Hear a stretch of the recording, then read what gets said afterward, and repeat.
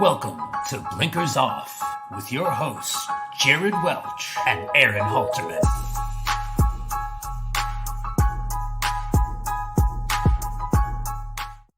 What is up? What is up? I'm Jared Welch. He's Aaron Halterman. It is Thursday, October 3rd, and this is Blinkers Off. What's up, man?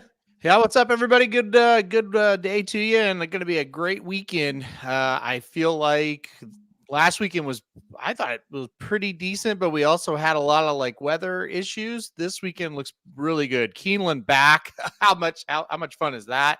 And then, 2-year-old racing just everywhere, it feels like. Oh, I mean, it's just across the board. I mean, I think we're doing 8 races, on our extended rapid fire basically today. And that's like cutting out a bunch of races, as far as strictly Breeders' Cup. Well, really Breeders' Cup / Kentucky Derby / Kentucky Oaks races. So, I mean, it's across the board, like you said, with the 2-year-olds.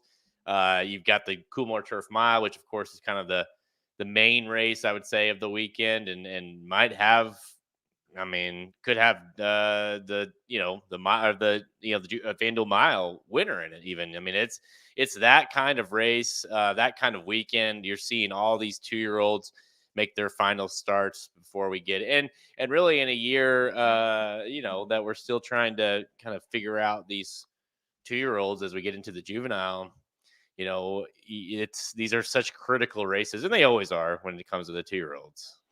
Yeah, because a lot of times with the older horses, they prep in August. Like the Travers was the prep for, 3 or 4 of the bigger ones that came out of it, and so on and so forth. So with this one, when it comes to 2-year-olds this weekend and last weekend, in some regards, it's important because those are big races leading up to the Breeders' Cup where, now it's like this last weekend. There's still some of the older horses that'll still have that last prep. We'll talk about a couple of them, like you said, at Coolmore and the Spinster and stuff like that. But, overall, it used to be the last 2 weekends before the run up to the Breeders' Cup, everybody prepped, all the big horses. Well, now it's like half of the older horses will prep and half of them are already done.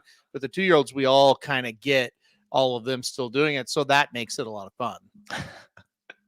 Yeah, Kevin, the Alcibiades getting a research for their first round pick, the Phillies, of course. So yeah. Make sure you're paying attention, Kevin, because this is where I personally handpicked, my first round pick won, what was that race? The Ashland. So, you never know when you might pick an Ashland winner in the fantasy draft. So that's right. Listen, I'm glad to see Kevin is taking this seriously, and you're probably going to have one that looks pretty good on paper after that race. I think it's going to be a pretty good race. So. All right, we got a lot to get into for this weekend, but as we always do, let's touch a little bit on, what we saw last weekend and kind of the main hitters, and really the biggest thing was obviously the classic and classic prep and the with the California Crown. And I don't know what we're doing with Muth now. I maybe he's off completely. But Substandor, National Treasure, Newgate, all hit the wire there at the same time. Really, a really fun race. Substandor was just keeps getting better, really. And so that's a horse, obviously, you got to take with a ton of credit towards. And obviously, he becomes a serious player in the classic. National Treasure seems like might go to the dirt mile. And then Newgate might be Baffert's horse. After all the smoke is cleared, Halterman, after all year, who would it be? Arabian Night or Muth or there's probably one I'm missing. But now it's going to be Newgate that's going to be Baffert's hope in the classic. To me, it's a pretty easy answer of why he hasn't run very much lately, right? He can't all year. He can't put more than 2 or 3 races together for any of these horses. So now it's Newgate because, he's raced once in the last few months, So, Newgate gets in there. And I think the way he ran in that race tells me that he might be a factor in the classic. Substandor, I thought, was, decent enough. Thought he ran very well. None of these horses are ones that just make me super excited, though, about their chances. I think all of them, they looked average to me. I think National Treasure was okay, but not anything just incredible either, So even for the National Treasure of the Dirt Mile, I don't see that as being some kind of lock or anything like that. No. The one thing you can say about it is Santa seems like a horse that's, peaking at the right time for sure. Yeah. And continues to get better with each start. And so we'll see. Obviously you got to think they'll probably, be in the Classic after that. But, I think late, I guess it was earlier this week, but, the horse that kind of, I think maybe has my attention the most is Forever Young. Forever Young, we talked a little bit about him last week, had a fever, but they went ahead and moved on with the prep, ran in the prep. I think, what day was that? Was it Tuesday? It was early in the morning. That's all I remember. Yeah. Wednesday, maybe. Well, the only reason I remember because you text me. So, Yeah. but looked awesome. I thought looked very good. First start since the Derby, and obviously going to be pointing now to the Breeders' Cup Classic. I mean, did you see what you wanted to see from him? I thought he looked better than his other Japanese horses that are pointing towards the race. I would say that for sure. And look, I mean, this is a horse that's lost one race his whole life, and it was one where he got mugged out of the gate and got way behind, and it's a dumb race anyway. Talking about the Kentucky Derby, and I always just kind of put a line right through the Kentucky Derby every year. So, from the eyes of my handicapping, he hasn't lost a normal race yet. So, and then you kind of look at this Classic, and it's like, I think he can beat Subsonador. I think he can beat Newgate. I think, you go down the list. It's like, well, he probably beat our older horses, can't he? So how does he match up again with Fierceness? And then, City of Troy, obviously, that we just don't know about. But I think Forever Young is a major, major threat to win the Classic. I still, to this day, even as much as we've seen him, I don't know just how good he is, because we just haven't seen him in a normal race, over here. Well, yeah, I mean, yeah, I get what you're saying. I do think even after he lost, and of course I didn't have money on him because I was against him in the Derby. But after the Derby, I was like, wow, I was wrong. I mean, about him. So I think he proved a lot, even though he lost. And really, like everything that I kind of, and I think we and a lot of people like, oh, he's not going to like kick back the trip. He's never had a kind of race like this. All the things happened. And he still ran like pretty much a winning race, really. And so when I was like, damn, everything went wrong for him. Everything that you expected for that, for a horse like that coming in and running that kind of race, and it's still, he still did near one. So even after that, I was like, okay, he lost, but that was impressive. So seeing him back and kind of like you said, picked up where he had left off, even if you want to say before the Derby. Yeah, I mean, I think this year, man, it just feels like this is the year. And I've been saying it. I feel like I've been saying it all year, but this just feels like the year that we're going to see one of these Euros, one of these Japan, whatever, finally break through and win the Classic. We just don't have the firepower, I don't feel like, to get it done. It's interesting because the two races that other than when they ran it on a synthetic, which I don't, that is what it is. But the two big races that they haven't been able to come over here and win, one is the Classic and the other is the Kentucky Derby. So that's kind of the two big ones left out there. And there are a couple others I know they've never won the sprint or anything like that. I don't care about that really, but the Classic and the Derby are the major ones. That's worldwide that they haven't been able to get it done. And when you look at this year, especially if Fierceness doesn't run one of his better races, what is there to beat? I know. And I'm talking, this is an international. So I'll throw City of Troy in that City of Troy and the Japan horses, right? Yeah. Who do they have to beat? I mean, like you said, even a Fierceness, like top end Fierceness, I still think they could beat him. I mean, they would have to run their big race, right? But I still think, we saw Fierceness run his big race, and the filly, Torpedo Anna, which is not taking anything against her. She's a damn good horse. She damn near beat him. So yeah. I do think that if City of Troy is like the goods is advertised, or if Forever Young makes his kind of, his big race after that prep, I think those performances can still beat Fierceness. Yeah. So like Christopher's saying, Arthur's Ride. I mean, I guess the good Arthur's Ride would be. Well, yeah, he'll be super frustrating. Tap it tries. Like those are the types, though. That's what I'm Yeah. saying. Like it may be the year because they're the horses that should win it, right? I don't think this is any kind of upset or surprise. Like City of Troy and Forever Young are probably going to be like the second and third choices in the race. Mm-hmm. Yeah.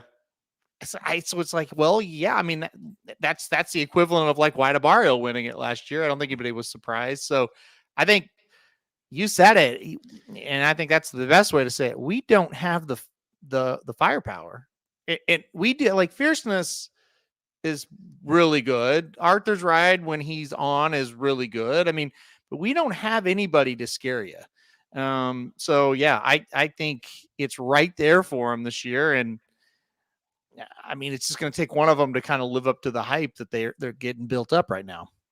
Yeah, I think, and you're seeing it, I think, and you're the fact that that they're opting, Aiden's opting right to run City of Troy in the race, and he's probably sitting there saying, well, this is, I mean, I haven't seen a Justify or Pharoah or whoever you want to Flight Line, those are extreme examples, but obviously those kind of, you're like, I haven't seen anything like that. Like, you're telling me I got to come over and I got to beat a 3-year-old. I mean, okay, so I just think you're going to see a bunch of, like you said, maybe City of Troy doesn't run well, but Forever Young might. Maybe Forever Young doesn't, but maybe one of those other Japanese horses will.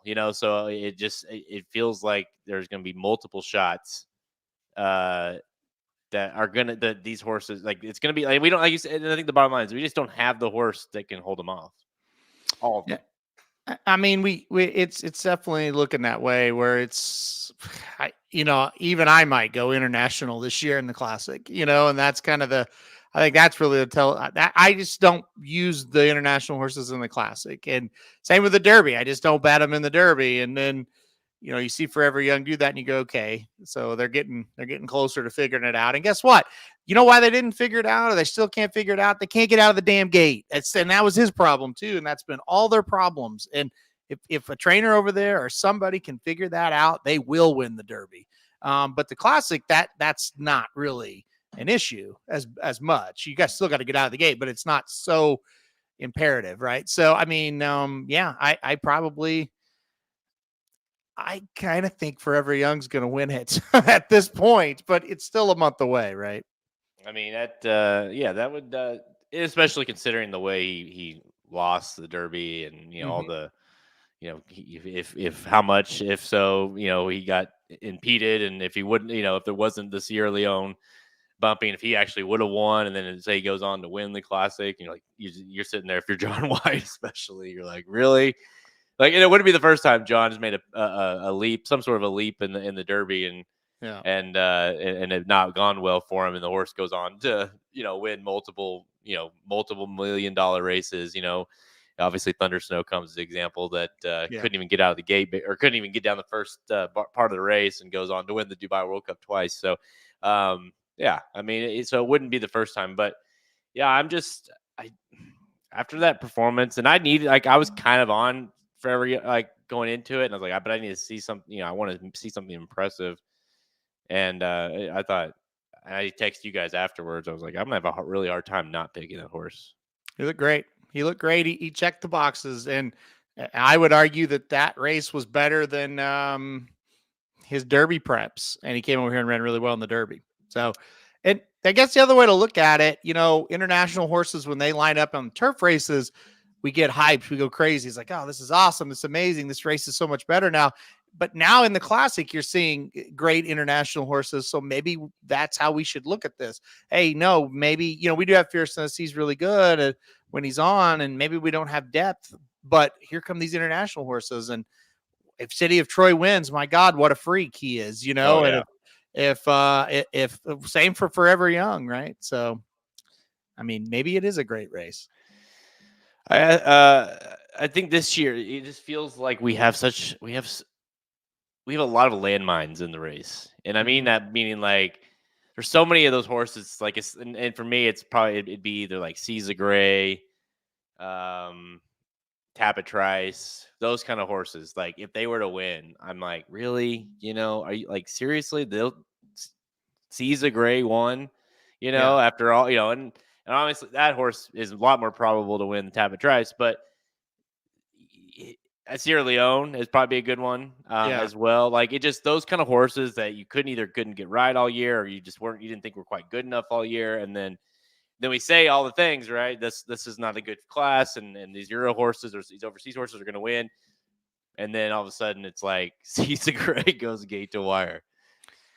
I mean, Sees the Gray, in my opinion, has a better chance than like a Sierra Leone or even a Tabit Trice because of what you said. He's got that early speed. And he's got that trainer that could just pull upsets, right? So, but yeah, you're right. I just don't think it's going to be hard. I mean, that's a really tough race to win, and the competition just gets stiffer and stiffer for horses like that. So I wouldn't completely throw out that notion though. It's kind of been a weird year, and we've seen Sees the Gray rise up in spots where we didn't think he'd win and do it. And then we've seen Sierra Leone in spots where we thought he would win and he couldn't. So either one of those would just be, it's like, wow, they just keep breaking your heart one way or another there, Yeah.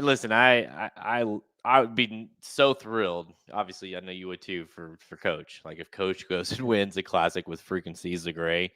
I just mean it in the sense like I've never been right with that horse ever. No, I mean, at the times where I'm like, yeah, maybe he'll, he's got him figured out for a second. It's like, no, he runs, and so he's just a really frustrating horse. And obviously, I don't need to even explain Tabit Trice how frustrating that horse is. Yeah. Sierra Leone winning would be frustrating just in a sense that I know, how many times we've picked him and thought the race he was perfectly set up for him and he can't get the job done. And it's like, well, he's just not good enough. And then once he's good enough, it's, the classic. So that one would be really frustrating. Yeah, I don't think that one's going to happen. No. And I mean, how about if Sees the Gray, if he was to win it, that would be 2 classic wins for my racehorse. That would be pretty unbelievable. 2 Breeders' Cup Classics, a Derby, and a Preakness. Pretty good resume there for the my racehorse people. I mean, that would be amazing. What a ride too! Because if you look at the start of the year with Sees the Gray, you're not thinking any. I mean, you're getting to run in big races basically, but you're not thinking much, right? And then the second half of the year, man, after winning the Pat Day, and then of course winning the Preakness. I mean, my goodness, they've been on a ride. I mean, and you're running in big races early because you got a trainer who's aggressive. Like, most people wouldn't have probably spotted him that aggressively. Right. So yeah, I mean, it's been a roller coaster because you're like, where is he? He's back. Oh, he looked good. Oh, boys, he's not that good. Oh my God, we just won the Pat Day and the Preakness. Oh, he's fallen off. Oh my God, we just won the Pennsylvania Derby. So, you feel like it's just like, boy, he's just a roller coaster. But good training and good spotting basically has really led to a great year. And look, he goes into the Classic with a chance to be the 3-year-old of the year, and that is just an insane thought. But that's where we're at with it. Yeah, it's that because really it's going to come down if you believe that for man. So if you believe that it's going to be one of these overseas horses, then you're like, well, that means the 3-year-old's not winning, right? I mean, unless I guess Forever Young, I guess that's the exception. But Yeah, I don't know that he would get 3-year-old of the year by winning. Maybe if he won the Classic.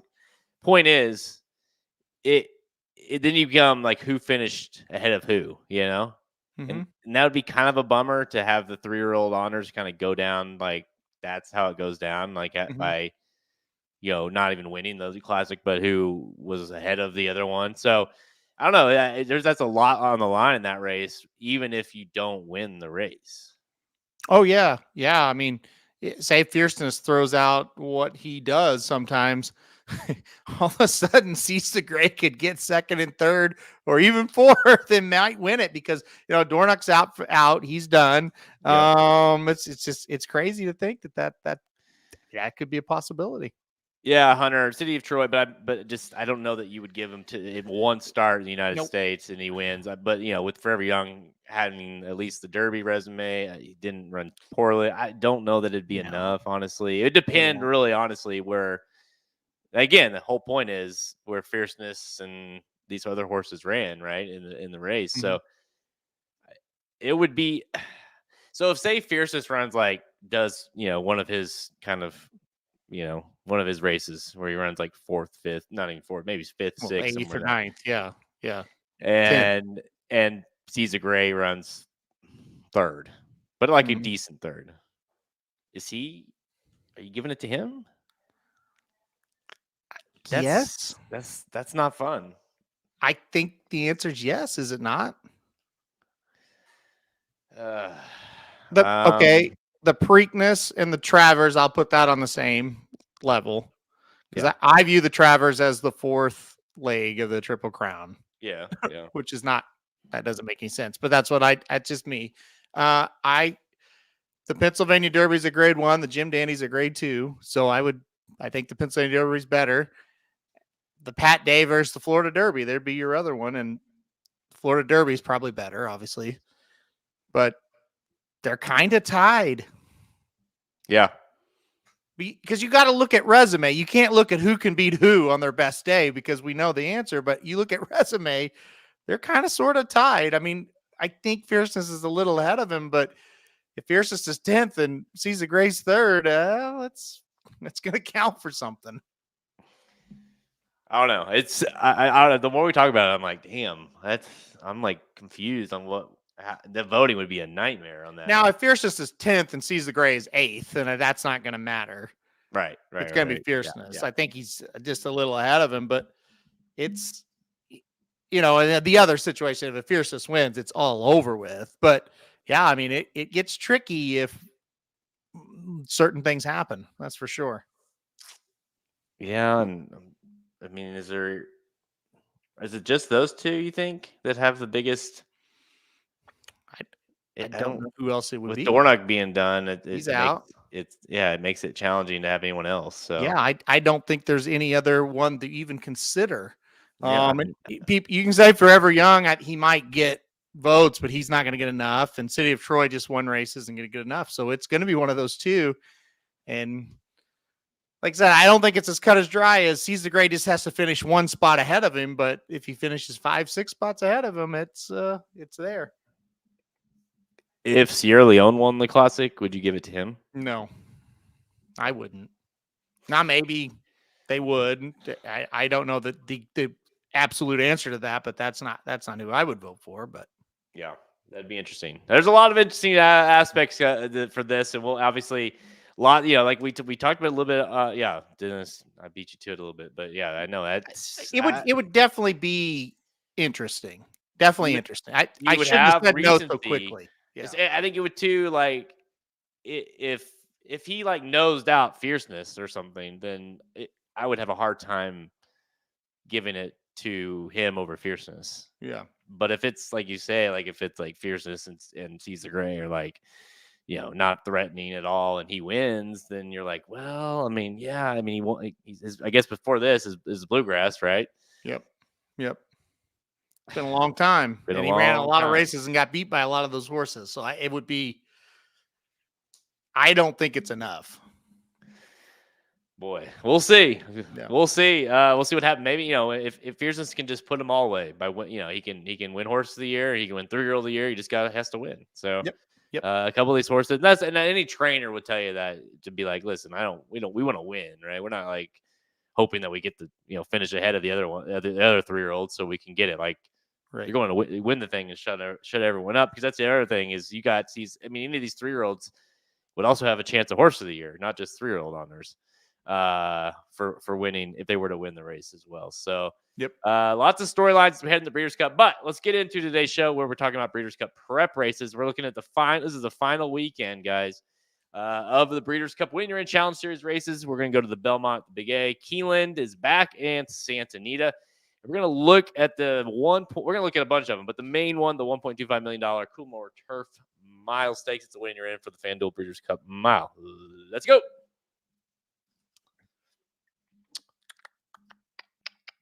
Yeah, it's like it went down a rabbit hole with that one. Just like the more you go in, you're like, oh man, then what if this happens? What if this happens? Like, well, just win and we don't have to worry about it. There's also an ultra weird situation. Well, I mean, it wouldn't be ultra weird. I mean, it's possible where Torpedo Anna loses. I mean, that's possible. And then Fierceness doesn't run well and runs like 8th or whatever. Then who's the horse of the year, right? So there's things going on there too. So, oh, real quick before we get into the preview, let me do my plug here for the bourbon raffle. So we did this last year and you guys responded well. Our friends Paul and Monique are part of the people that are in charge of this. So they do a bourbon raffle there in Kentucky every year for the Courageous Kids Center, for the Center for Courageous Kids. And I wanted to shout that out just real quick. Let me put it up on the screen, actually. Hold on. I've got it right here. Okay. Just going to replace you real quick. So you can go, I'm going to put the link out on the screen now for you guys. I'll put it in the chat. So you can go buy one of these raffles. Basically what it is, it's a raffle. You don't have to be present. They do it online. It'll be November 2nd. You can scan the QR code right here if you're watching, or you can go to the link that I just set. And it's a $50 or $100 ticket, depending on which one you want to enter. And they raffle off all kinds of very expensive bourbons, basically. You can see the estimated value of some of these packages are like $2,000, $2,600, $2,400, $9,000. If you buy $100 ticket, you're going for a collection that'll be raffled off of a value of about $15,000. So there's a lot of, a lot of really cool stuff. All the money goes to the Center for Courageous Kids. So check that out, guys. If you are a bourbon drinker, like I said, $100 or $50 ticket, you can go right to that website. Or like I said, you can scan these QR codes and you can go right to it and just click raffle tickets and you can buy your tickets there. So it's a really good event. It's a really good charity as well. I know last year when we advertised this, you guys responded and bought a ton of them. So if you want to, it'd be cool if you did it again. So just check out the link there on the screen. Yeah, and if people are listening to this show, go to our YouTube and you look for the chat. I can put the link in the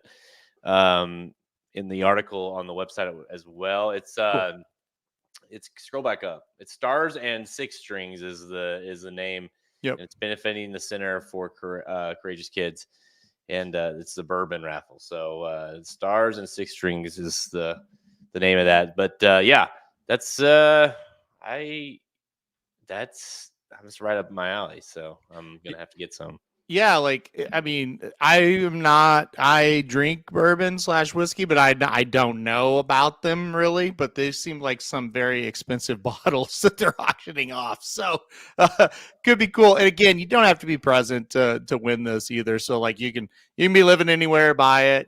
I think they're going to do it on they're going to do it on Facebook as well. So you could see the drawing live there on, I believe it's November 2nd. I want to say it says somewhere, but yeah, anyway, there you go. There we go. All right. Do your thing, guys. And they're going to draw, you said, on the 2nd? Yeah, I believe it's November 2nd.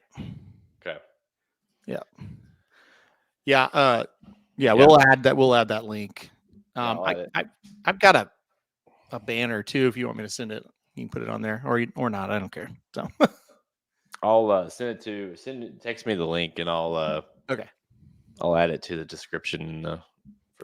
For the shows. So yeah, that's cool. Every time we're with Paul, like every time we go out or anything, Paul always, like, I love whiskey and like that's like most of my drinks will be whiskey, but I tip, like, occasionally I'll order it like like on the rocks or something, but like he just order it neat. He'll just order and that's it. Like he just order, like he'll just sip on whiskey, and it's just the dude's he's a man's man, he is a man's man. Yeah. We're not, so we know that though. No. All right, let's see. We're gonna go through I think it's 8, 4, 5, 6, 8. We can go through 8 Breeders' Cup Challenge Series races, and 1, 2, 3, 4, 5, 6 of them are breeder or Derby / Oaks races as well. So like you said, it's a lot of 2-year-old racing happening in this weekend, which is always tough because most of them have 1 start, maybe 2 at best. And we always say, and John's been real adamant to kind of teach us this over the years. It's like you got to get like these one bad race doesn't tell the story. You got to give them one more try. As 2-year-olds, at least. Sometimes they put a stinker in there, and it doesn't mean they're just a bad horse. It just means they're young and they're figuring it out. So, got horses, and there are plenty of options, by the way, in those kind of horses in these races that didn't run so well their last start, but maybe we'll do it here. All right, let's kick things off, guys. We'll go Friday. We'll go Friday at Keeneland, opening day of the fall meet, which is always awesome. Cannot wait to have Keeneland back. Race number 9, the Darley Alcibiades Stakes, Grade 1. Worth $600K, going 1/16 miles. 4 fillies, 2-year-olds. It is a Breeders' Cup winner in for the Net Jets juvenile fillies. It's also a Kentucky Oaks prep race, 10-5, 3-2-1 for your top 5 finishers. So across the board. And hey, guess what, Halterman? This doesn't apply, but it will in a little bit. Bob Baffert can get points. That's true. It's amazing. That's true. I don't have to have that disclaimer added every time we do one of these races. So guess what? Everybody gets points, or as a chance at points in all these races. So hallelujah. We'll go to the 8-horse Immersive at 2-1. Kind of continues to run well and maybe surprise a little bit. But this horse is now the favorite. What do you think of this one in the field? Yeah, I really like Immersive in this spot. I think she's going to be tough. You look at the 2 races this horse ran, and you're right. Surprisingly, to say the least, Saratoga, maiden special weight, 10-1, got the job done that day. Goes to the Spinaway, is 12-1, got the job done that day. So you're not getting that now. You're getting 2-1, and you should, because this is a horse that should be pretty tough to beat in this spot. The other thing about Immersive, this horse really should be blossoming as we go 2 turns. This horse is by Nyquist out of a Bernardini mare, really bred to go 2 turns, kind of runs like a 2-turn horse. This is not a 2-year-old that just flies out of the gate, goes as fast as they can, and then tries to hold on to these sprints. This horse kind of runs like a router a little bit to me. So, I think at the end of the day, I think Immersive is going to be a little bit too good. I think so. I think so too. I mean, listen, I like the horse a lot, but I'm worried about how much is this horse going to be bet? Because now you're going from 10-1 to 12, or 10 to 12-1 to 2-1, and maybe even sub 2-1. And it's fair, right? Because the horse I'm picking is a 7 quiet side. This horse got beat by Immersive last time out, but again, like I said, you sometimes have to give these horses another shot. And honestly, the way Immersive Quiet Side came in that race as a favorite, had ran a nice race on the debut. I thought, and all credit to Immersive, but Quiet Side kind of ranged up, looked like it was going to draw away, and then here came Immersive, right? And so maybe the horse I think the horse was even a couple of lengths ahead at one point. And then the horse obviously got caught, and so obviously the track was just an absolute mess as well. So maybe didn't like that or didn't love that. So give me Quiet Side one more time to try to pull off not an upset, I guess, but just trying to kind of get back to where she was at prior to that race. It is worth noting, I did see Shotty's comment. The Queen's MG is going to run, not going to run here, and going to run instead in the Frizette, which we'll talk about here in a second. But yeah, give me the 7 Quiet Side to turn the tables on the 8 Immersive. And again, I'll do this. I'll ask you, or you just tell me, but for every of these Oaks/Derby races, is there any, let me know if there's any horses you're hey, this is a horse I feel like you need to keep on your radar as we get to the Oaks Trail and Derby Trail.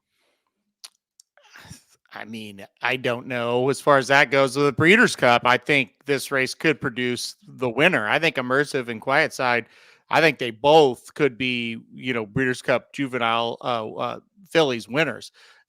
Especially, a big horse scratching out of Frizette, we'll talk about in a second. And it's kind of well, who is the horse? Who are we going to kind of lean on? If one of those two, who seem to be the 2 ones that you kind of really are getting hyped right now, if they run well at Keeneland on tomorrow opening day, I think either one of them could go be your favorite in that race.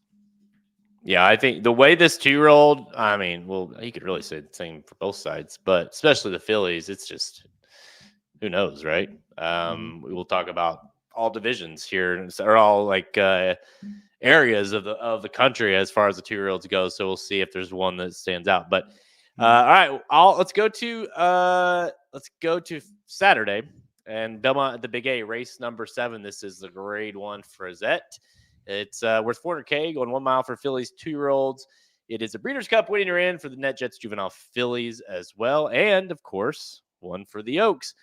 And as I mentioned a second ago, Queens MG will run here, which makes sense. It's a mile race versus the mile 16th, so it makes sense why. And once they made that decision, I was like, great, because I think this horse has a shot here. Now that the 8th scratched out, of course, Santa Parole 3-5 looked just an absolute monster standout horse, and then scratching out 3-5. So now the race becomes completely wide open. And by the way, worth noting as well, these odds are going to be completely different because obviously when you got a 3-5 horse as a morning line, you can just see the second choice in the race on the morning line is 6-1.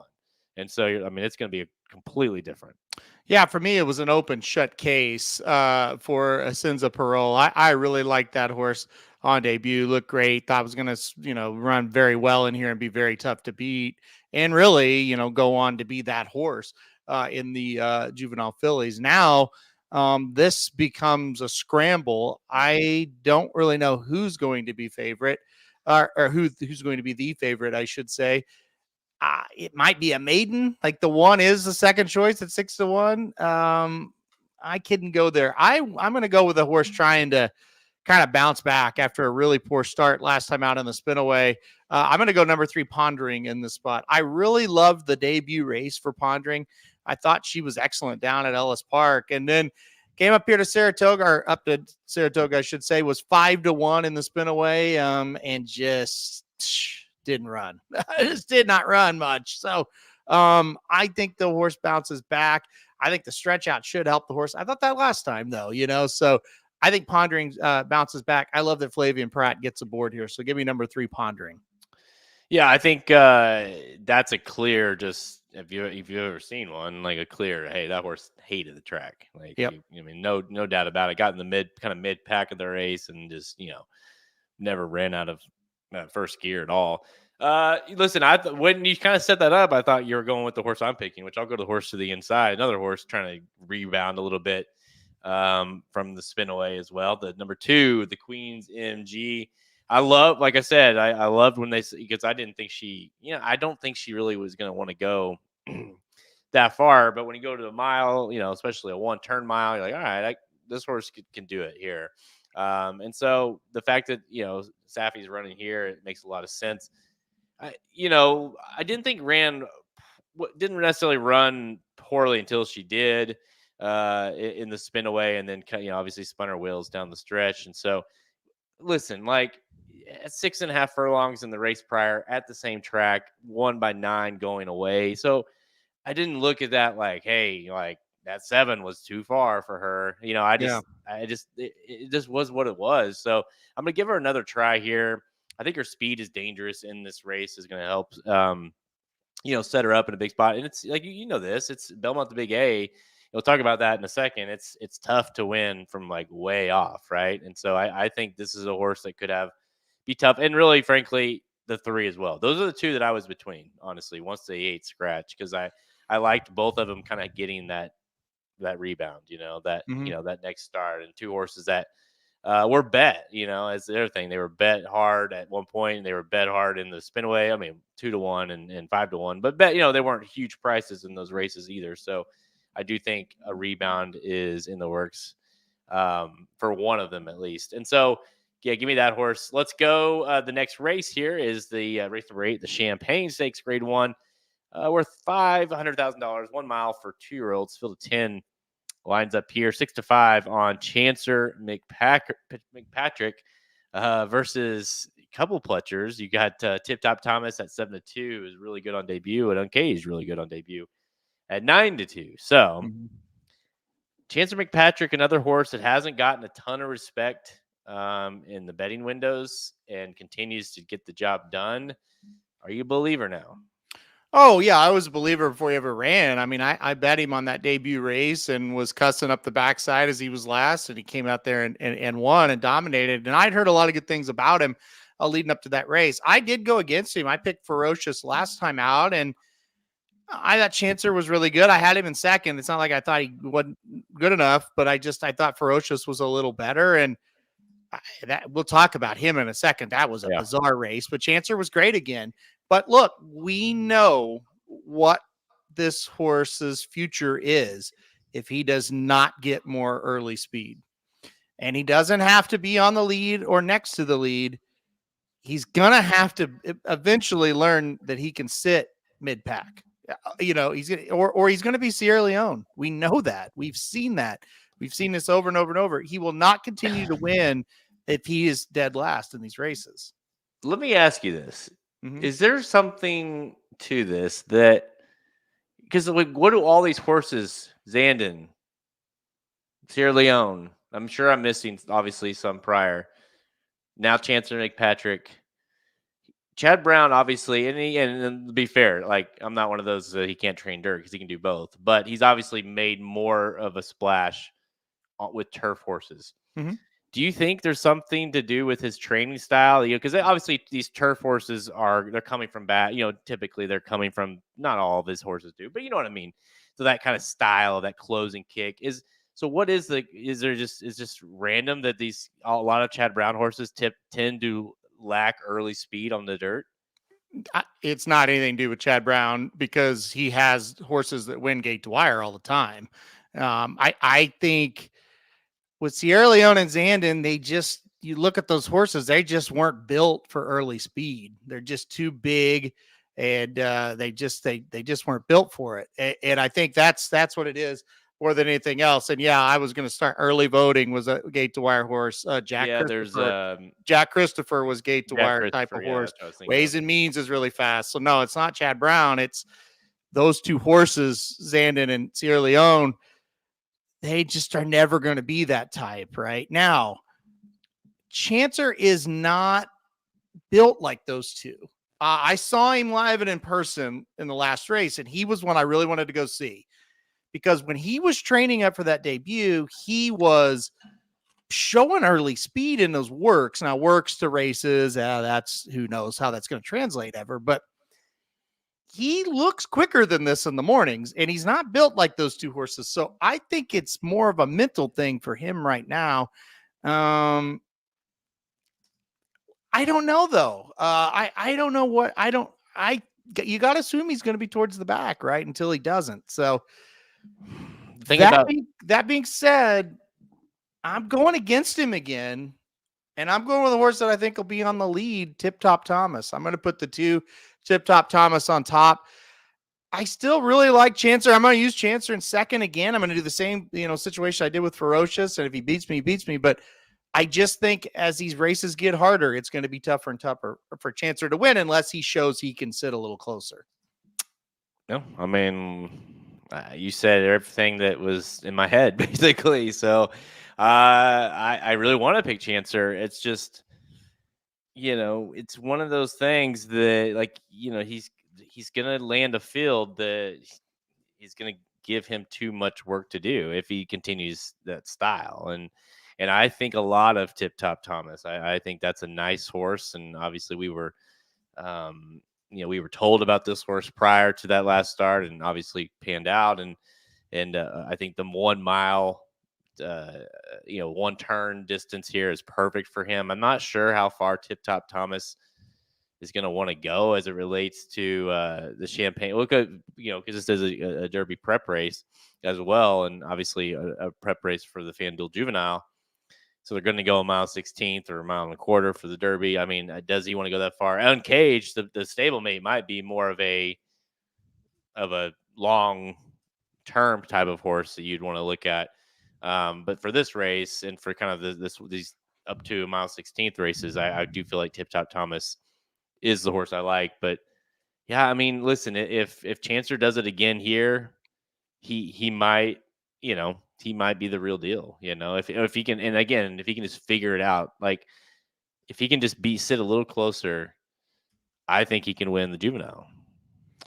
I do too. And I do think, and I was careful in my preview of this race. It's not impossible for a horse to come from last to first and win a big race, but conditions really have to fall your way a lot more so than some other different running styles where you're closer to the front. So, I mean, could he go from last to first in the next two races, beating this one and then the juvenile, and win them both? Yeah, he could, but eventually, again, we've seen it, right? Very, very, very few can continue to do that and it be a winning formula for you. And so that's going to be the big thing to see. And again, I still don't think this is a hopeless situation with Chancer, because in the mornings, when you read that workout report, he's fast. He's not like a blazer or anything, but he's not a slug in the morning. So surely he can get a little closer as we keep going here. But like I said, I kind of thought, you know what, this second race, I think we'll see him kind of do something different. And he did the exact same thing. He won, but it was the exact same thing. Those works. I mean, last three works: 35 of 140, 5 of 47, 9 of 71. He's running he's running 4 furlongs and 48 flat almost at sometimes 49, depending on the track. And I mean, he's rolling. And that's so it does. He can do it. That's why I picked him on debut, because I thought, okay, he's looking like he can pop out, because you know how it is. 2-year-old made special weights in the summer. Pop the gate. You don't have to get the lead, but you better be sitting close. And all the work said, oh, yeah, he'll be up there. And then he breaks and he's last and he's just dicking around. And you're like, well, this was one of my all-time worst picks in the Saratoga meet. And then he wins, Yeah. So, yeah, he ran the whole field there. So, yeah. We'll see, right? I mean, I do think he's got a ton of talent. But it's going to become harder and harder as these races go for you to want to pick him if he continues to win races in that fashion, that kind of coming from last. But like you said, if he can figure it out, he obviously has a ton of talent. He's bred, Sire McKenzie out of Bernardini mare. I mean, this horse is bred to go long, So I do think he will be a horse that is going to, I mean, listen, he like, even if you want to compare him to Zandon and Sierra Leone, great, because I mean, those horses, Sierra Leone's had a hell of a year. He's ran in all the big ones. He's ran in all the, he ran so that seems like a horse that Chancer Patrick seems like a horse that's going to, he's going to run in a lot of big races next year. Mm-hmm.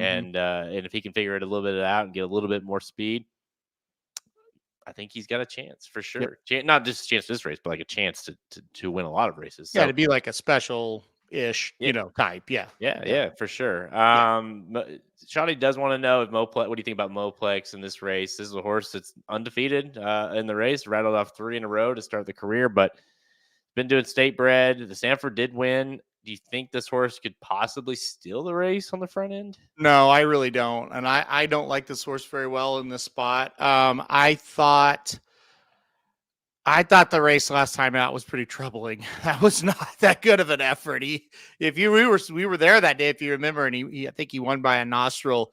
Oh yeah, the Stagger Fest coming home, and I just kind of think he might be kind of getting caught up with, right? Yes, he did win the Sanford, but you got to remember the Sanford for 2-year-olds this time, like that's a lifetime ago almost, because there's so many more that have debuted and are running now. That Sanford's that very first one up there at Saratoga for the 3-year-olds, that very first stake. So I would be surprised if he wins this one.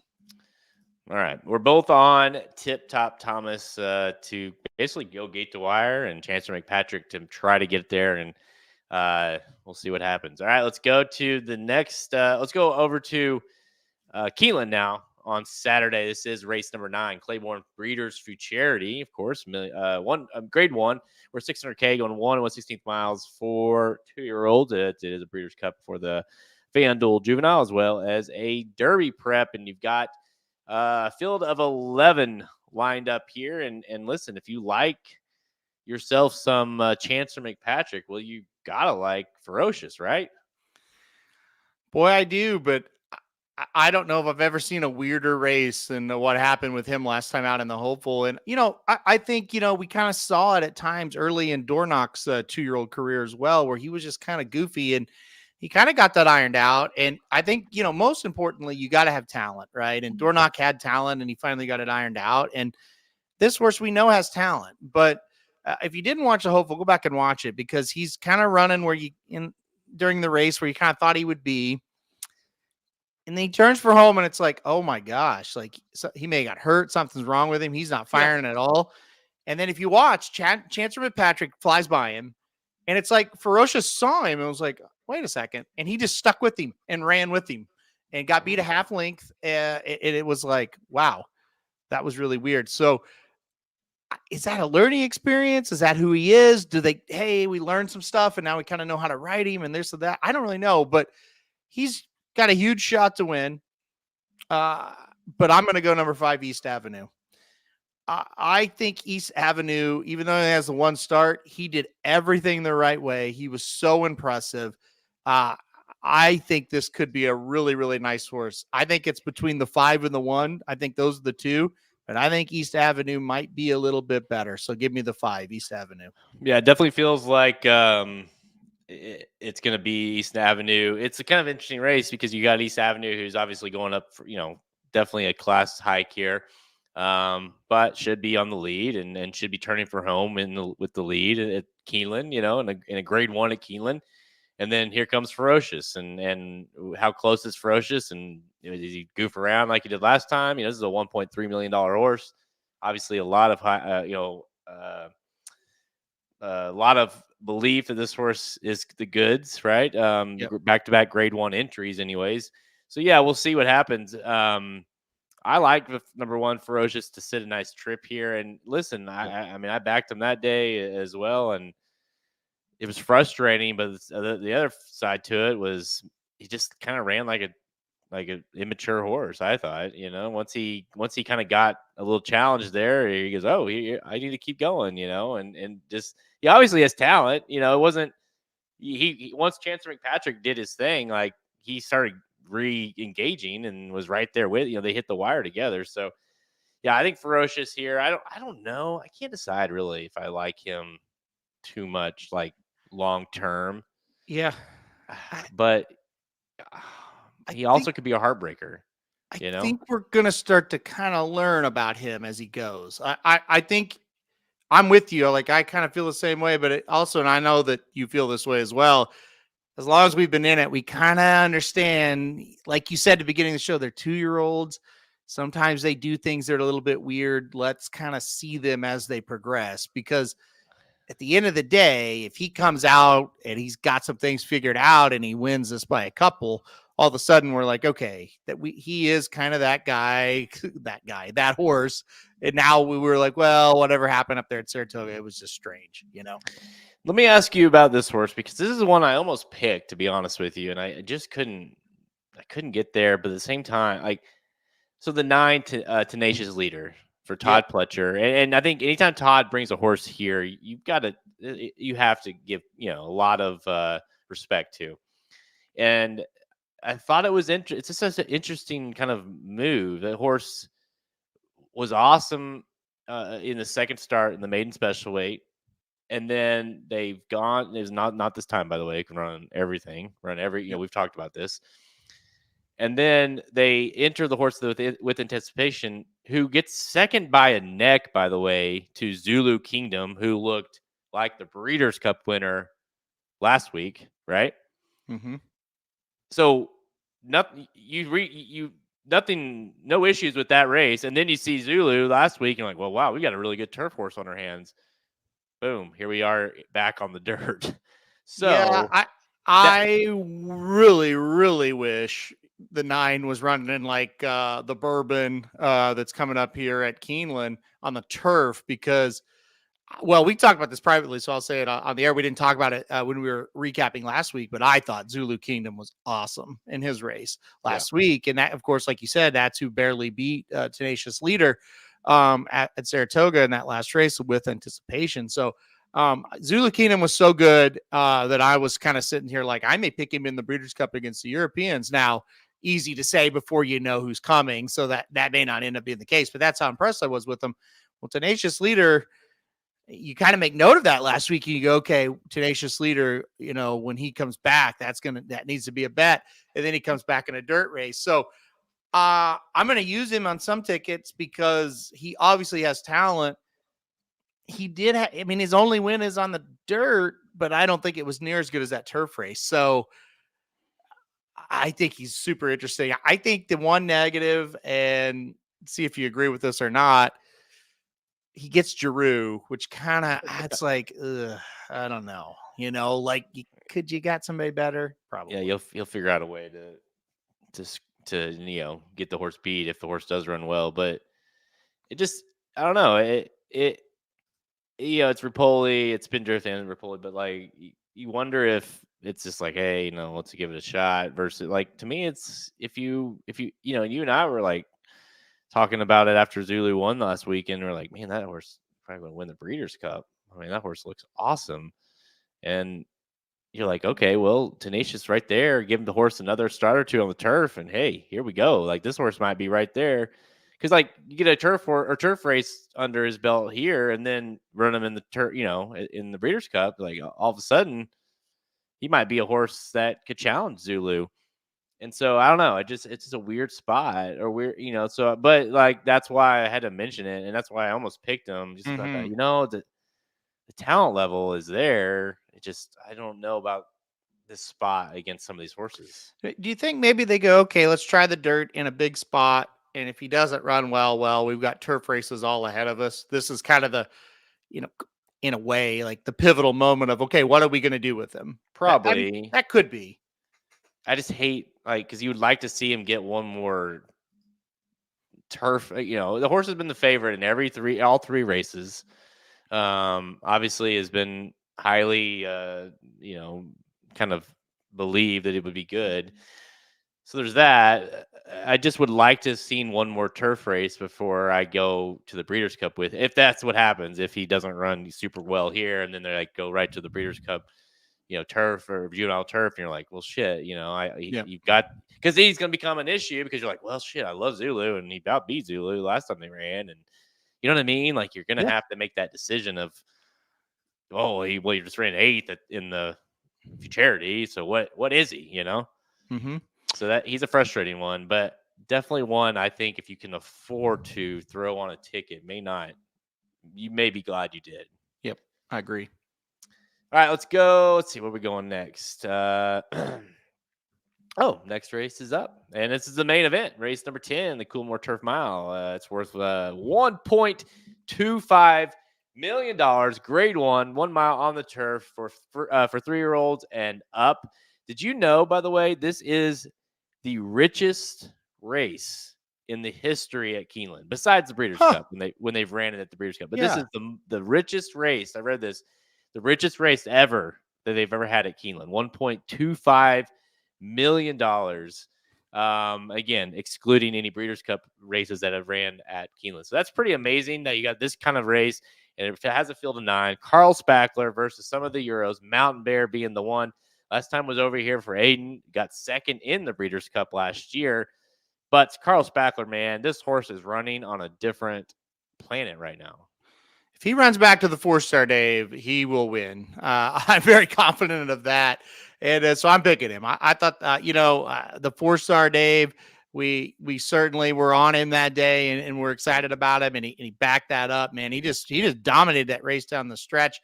So I'm very excited about Carl Spackler. I do have him on top. I think he's the horse to beat. He's the horse I'm going to be playing. I will say the number 3, More Than Looks. I really like this horse in second because ran pretty damn well off of a layoff last time out. Should run better. Now got beat pretty easily by Carl Spackler, but More Than Looks can improve off of that race. So I really like the 3 and the 9, but the 9 Carl Spackler on top for me. I just think if he can kind of keep that progression, and now I guess it's, can he hold that form? If he can, I think he's very, very tough to beat in this spot. So he's rattled off 5 of his last 6, and then the last 4 starts have all been at a mile, which is kind of where they've obviously kind of got him pegged in right at this point as a mile turf horse. And they've all been awesome except for the poker. That was just whatever happened that day happened. But before and after, he's been great. And like you said, the 4-star. I mean, and I don't know what it is about him. Maybe it was because he was too hyped up in my world, like to start, and so I kind of, I didn't think he was as good as, you know what I mean? Like, I don't know, that was just me. But now it's like when the 4-star happened, I thought, oh shit, this is like the Carl Spackler that I thought he was going to be, last year. And so that was a really impressive performance. And yeah, I just, I do like a couple in here, but if he runs to that level, I don't think they can touch him. Mountain Bear is interesting. Just you have to respect when it's Aiden O'Brien, and obviously you're getting this horse ready for coming over here again. But the horse hasn't been, has ran well. Like that's the thing. Like you go look at all these races overseas, hasn't won. It's and I'm honestly, dude, hasn't won since before the Breeders' Cup last year. Because didn't win that year either. But Mountain Bear and Unquestionable were awesome that day. But has ran in ran in 7th in the Guinness. Ran 4th at Royal Ascot, ran 2nd and 3rd in Leopardstown. Like this ran well, just hasn't won. And so I can't have this horse come over here against Carl Spackler and be like, oh, now I'm going to pick him, to win. So give me the 9 Carl Spackler. And I don't know about you, but this feels like a horse that if he runs well again, like he might be a horse that you're picking next month at the Breeders' Cup. Yeah, I could see it. And again, it's easy to sit here and talk about American horses on the turf at the Breeders' Cup when you don't know the European horses that are coming over. So I want to keep saying that. But out of what we're looking at, yeah, this is a big race for him in terms of adding that confidence going into the Breeders' Cup. And look, and I just really feel like this horse has always been very good. His losses have come in races that just like, whoa, he was awful, and it's just like, well, he was never going to win that day anyway because he was just awful. But you look at that, you throw out the 2 races where he was just bad in, he's all of a sudden he's 6 out of 7. Yeah. And the one loss was his debut race, and he got beat by Farbridge, who is a multiple grade 1 stakes winner. So he's been sensational in 7 of his 9 starts. And that race that he lost to Farbridge, it was a freaking mile back to the 3rd place horse. They ran off the screen, those 2. So he's been sensational in 7 of 9. So I got a feeling he's going to be really good in this race again. So then if you go into this race, you go, well, okay, let's say he's going to run well. Who's supposed to beat him? He's just better than these horses, in my opinion. Yeah, he almost has a win or don't even use kind of horse, like as far as I agree. Like if you want to play against him, I'm not saying, don't, because he's got those races that's like, wow, I don't know. But if he shows up, they're not going to beat him. Like I will be surprised if he runs like 2nd or 3rd, beaten a half or a length. Like if he runs 3rd, I think he'll get beat 3-4 lengths. He just didn't fire. Yeah, kind of when he gets a horse, like kind of when he's got it, when he has him in there in his sights, like he wins, right? Yep. But the other 2, the 5th and the 8th, I mean, that horse was never. Yeah, I mean, I remember backing him really big that day in the American Turf as well. So that was fun. Well, but thankfully over the last year or so, I've been right a few times as well. So yeah, we recovered from him, and that's good. But yeah, that American Turf was just a horrible race out of him, but it's like that's not him, and she's shown it's not, So, but the poker wasn't him either. That was a bad race, no doubt about it. But he's going to be awfully tough here. All right, let's go out west now on Saturday. This is race number 3 early on the card at Santa Anita Park. It's the Oak Leaf Stakes. Okay. Grade 2. What's up with them changing all the names out there of these races? I don't know. I think new era, I guess. It took me a second to figure out what this race was, but I think it was the Chandelier, right? Yes. And now it's the Oak Leaf. We're 200K going 1/16 miles for fillies, 2-year-olds, field of 8. Lines up here, Halterman. And this was, for me, kind of a tough one to figure out. And Yeah. a lot of times it's not, right? Because you go back, Bafford's got his free course in here, like that's gonna, But now he's got 3 in the race. Nooney bounced last time badly, and then you have where is Hernandez? Well, Hernandez is on non-compliant on the outside, who's only got one race and was made special weight. So you kind of have all these different angles and decisions to make here in a race that has a lot of kind of storylines. Yeah, I'll be honest. Before we go on, I love the Saturday stakes at Keeneland. I love the Saturday stakes at Belmont, the Big A. I hate them out here at Santa Anita, at least the 2-year-olds that we're going to talk about, because it does get a little, I don't know. I just hate when Baffert has a ton of horses in the race. It just kind of makes it weird. So what I've been doing is just been following the jockey, his top jockey. So in the Del Mar Futurity, I followed Flavian Pratt because he came in and run gaming, and I followed him and it worked. So I'm going to do the same here. I'm going to follow Hernandez, and I'm going to go with the number 8 non-compliant to win this race. I just feel like you got Tinma, you got Nooney. Hernandez is a top guy. If he was feeling really good about one of those 2 horses, I think he would be able to get on him. He's on non-compliant. So for me, I like non-compliant. And you go back and you look at the maiden special weight. It was a pretty strong race for non-compliant. There's nothing to be upset about. And I believe that was Pacific Classic Day non-compliant ran. I'm 99% sure. Thought she looked really good. And look, I'm going to take Hernandez in non-compliant. Yeah, that's what kind of the angle I went with as well, because I kind of thought, and we talked a little bit about this earlier with these 2-year-olds, and going into the debutantes, like we heard all these stories about, Baffert thinks Nooney is like his best 2-year-old period, not just filly.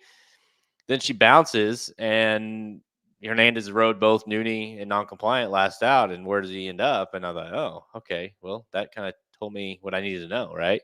And and you watch that performance from non-compliant, that was very impressive. Beat the Margarita Girl that day, who was the hard favorite, pretty big favorite that day as well, and just kind of set behind. And then when they kind of got in the far turn, just Hernandez put her out, and she just motored by, and it was pretty professional looking as well for a first time starter. So give me the 8 non-compliant. I think should win here.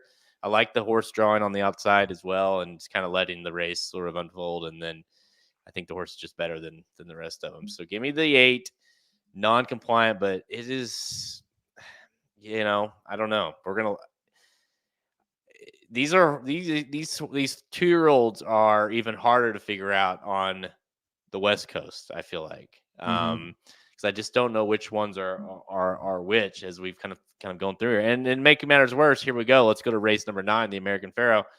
It's a grade 1. We're 300K going 160 miles for 2-year-olds. Again, both of these, by the way, I said it earlier, I'll say it again. Both of these races, the Oakleaf and the American Pharoah, Derby/Oaks prep races, and Bob Baffert can get points. Again, let's say that again. Bob Baffert can get points in all these races. Amazing. Gaming. Where the hell is he at? Not in this race. So now we've got Getaway Car at 2-1, Mackenzie Street at 9-5, Citizens Bull at 5-2. Another race, another decision to make with Bob Baffert. Yeah, well, Bob Baffert can get points, but is it already starting where his horses start disappearing? Is this crop going to start disappearing? Because I obviously was refreshing yesterday, waiting for this race to be drawn, finally put it out. It's like, where's gaming? Who knows? And it's like, oh, another Bob Baffert horse disappears. Kind of like Newgate being the only classic horse of his. Well, the other ones are all gone. So anyway, so we'll talk about this. And it's do you believe Getaway Car was as bad as he was last time out? Or do you think he is kind of like what he was in his first 2 races? Because I do think there's more to him than what we saw last time out. But I have been extremely impressed with the number 1 Mackenzie Street in both starts. So I had to go number 1 Mackenzie Street on top. Even though I do concede, I think Getaway Car could bounce back and run better. But you look at Mackenzie Street on debut, it was a pretty nice race, and he dominated Emerald Bay in that race. And Emerald Bay came back to run really well and win, right? And then in the second race, again, Mackenzie Street was able to beat Getaway Car, was able to beat the other Baffert Citizen Bull that day, and just Gaming was too good, but chased him home and did just fine. I think he's really a good horse. So I put number 1, Mackenzie Street on top. Yeah, I think it's between it's between the 1 and the 7 Getaway Car. There's no way Getaway Car is as bad as he was last time. There's no way. It's good. Like, this horse won by 3 going away, won by 5 going away. The first 2 starts, going 5 and 6 furlongs, stretches out to 7, and the horse can't even finish the race. Hardly gets 4th, beaten 6. Bob Baffert takes blinkers off here, which I think is awesome. And being a Curlin, like, this is a horse that is probably going to be a little funky and going to get a little bit better as they go, I think. And so with Getaway Car, with taking the blinkers off as well, like, I think that's just going to be a little bit of an extra factor. Like, Bob probably doesn't want. He's probably getting engaged too early in the race. At least he did last time out, and we don't. He wants to get him. Have that kick late because he's got talent for sure. So I'm giving number 7 Getaway Car another shot.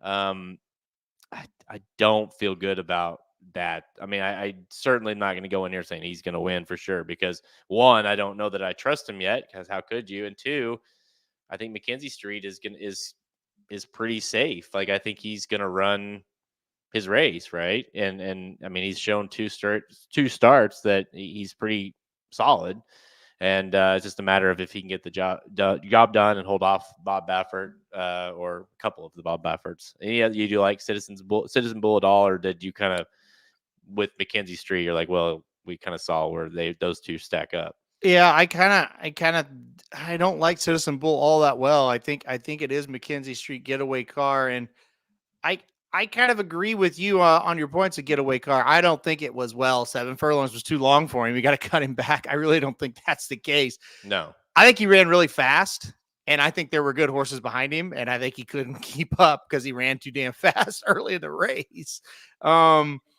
We watched Getaway Car and we watched Gaming. They ran on the same day. Getaway Car was the second race, the best pal. And then Gaming was breaking the maiden on debut. And we all sat there and we all said Gaming looked better. And Gaming was better in the Del Mar Futurity. But that doesn't mean he's a 6 length better horse than Getaway Car. He just didn't run very well, went too fast. So I think in this, like I said, you can take the blinkers off. You've drawn all the way to the outside. So you can take the lead, or if they're going crazy, you can kind of see if he'll rate a little bit. I think he's in a much better spot here. Yeah. And I don't know if anybody's read anything, or I haven't really looked into it much, but yeah, where is Gaming? Let me see if they've got anything on DRF. Because will he go straight? I guess he could go straight to the Breeders' Cup. But you don't like to see that, right? The race prior to the Breeders' Cup just kind of going MIA. So yeah, I'm looking. I don't see anything about Gaming. I don't know. I'm trying to see. I'll look on. There's just nothing. We could ask John, I guess. You probably know. Well, yeah, we'll find out. Yeah, I don't know, but that is definitely weird. And maybe we'll see him, maybe we won't, but that is an issue as we go into the Breeders' Cup. And if he's fine and it's just, whatever happened, and he missed the start, and he's going to train him up to the juvenile. Maybe not ideal, but I think you still are okay with it, right? If assuming, like, say Mackenzie Street wins here, or Getaway Car even wins here, you're like, well, we still know I still feel like I know Gaming's better than both of them. Yeah. We'll find out, though. All right, let's go to the last one here. We'll go to Sunday now. Sunday racing at Keeneland. Race number 9, the Belmont Spinster Stakes, Grade 1, 600K, 1 1/8 miles for fillies, mares, 3-year-olds, and up. Field of 6. It is a winning you're in for the Longines Distaff. That's right. So who's going to face Torpedo? And it looks like number 1, Idiomatic at 3-5 is your overwhelming favorite. Not the greatest of fields, honestly, that showed up here. Candy seems to be the one that you could maybe see getting pulling off an upset, but Idiomatic coming off that insane race last out. What do you think is going to happen here? Boy, she's tough to get a read on, huh? I mean, this year's been weird for her, right? Came back, looked great, got beat in the Phipps, then the next start in a race that was she ran good. She just, had a little tiny issues the whole race, and it cost her. Came back and I'll put the air quotes up for people just listening. Won the Molly pitcher and just a gross looking win. And then maybe runs the best race of her entire career, but the idiot on top of her totally ruins it. Goes out there and sets an insane pace in a, what was it, like 4 or 5 horses in the race? Yeah. And still only gets beat ahead. Says what after now? the race, maybe we did go a little too fast. Maybe, yeah, 45 seconds. Anyway, what now? Do you think Idiomatic's going to win here? I think. Yeah. I mean, it looks like a race she should win, but she's just been a weird one. And this is a horse that just drew off from the rest of the older fillies and mares last year, and kind of looked like she was going to be that horse again. And then the weirdness has happened. I think she gets it done, but this is a horse it's tough to get a read on her right now. And if she runs, a good race here, a race she's capable of running, they're not going to beat her. But if she runs a Molly Pitcher type race, anybody could really beat her. So, but I'm picking Idiomatic. I definitely think she's the best horse in the race. Yeah, Idiomatic, came in last year off of after winning the Purcell Ensign, then won the Spinster, and then won the Breeders' Cup Distaff. Obviously, a little bit different story this year, but again, her 2 losses have been by head, like close races, and so she's tailed off a tad, but I mean, not much. And so yeah, she comes in here to try to repeat in the Spinster. Again, I said it. I think if you look at just what and here's one thing to keep in mind. It's not Raging Sea, but it is. It's Chad Brown.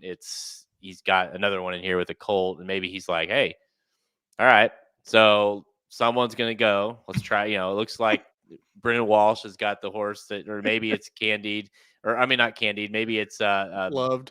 Yeah. Beaudraw's got speed. Hey, the colt. Let's sit off of it and try to go get it. We'll see if some idiot, see that idiot on Idiomatic tries to run with them, and we'll do it again. And so I think a colt is somewhat interesting at a price, but I just got to go Idiomatic. I just don't think this field is very good.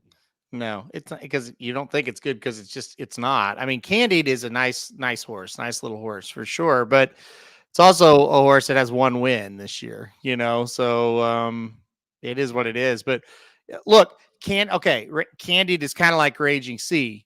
Really, if Idiomatic is softened up again, Candied is a horse that will beat you, right? Because she just kind of keeps running, kind of like Raging Sea. So, I mean, they can kind of be those horses, those 2 that can pick up the pieces, but Candid's going to need help to win the race, right? She's not going to be able to do it on her own. So it's like you said, will somebody go out there and pressure? I don't know.